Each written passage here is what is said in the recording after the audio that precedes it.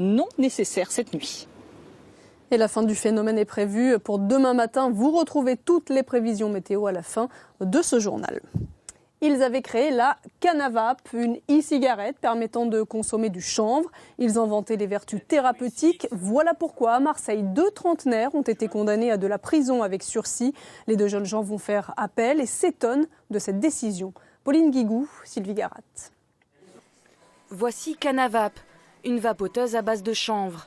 En 2014, Sébastien Baguery et un associé se lancent dans sa production, une première en Europe. Une initiative qui inquiète le ministère de la Santé. L'affaire est portée au tribunal. Les 2 associés sont condamnés à 18 mois de prison avec sursis et 10 000 € d'amende pour commercialisation d'un médicament sans autorisation.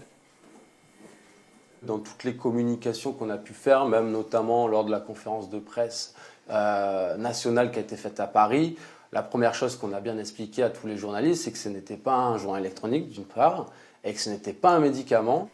Mais ce produit a des vertus relaxantes grâce au CBD, la molécule du chanvre. À ne pas confondre avec le THC, le psychotrope présent dans le cannabis. En France, la commercialisation du CBD est légale. Ce produit, pour lequel mon client a été condamné, a fait tout le circuit français, en France, obligatoire des autorités publiques de contrôle, et n'a été interdit par personne. Pourtant, on nous a rendu une décision lourde, comme si les 2 prévenus avaient été des trafiquants de stupéfiants, alors que, je le rappelle, ils ont commercialisé des produits qui aujourd'hui pullulent partout en France. En effet, 3 ans après Canavape, on retrouve du CBD liquide dans toutes les boutiques de cigarettes électroniques, un marché en plein essor.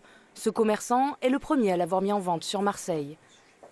C'est vrai que j'ai reçu 2-3 confrères qui m'ont dit que c'était pas beau, qu'il fallait pas associer la vape au joint, au cannabis, etc.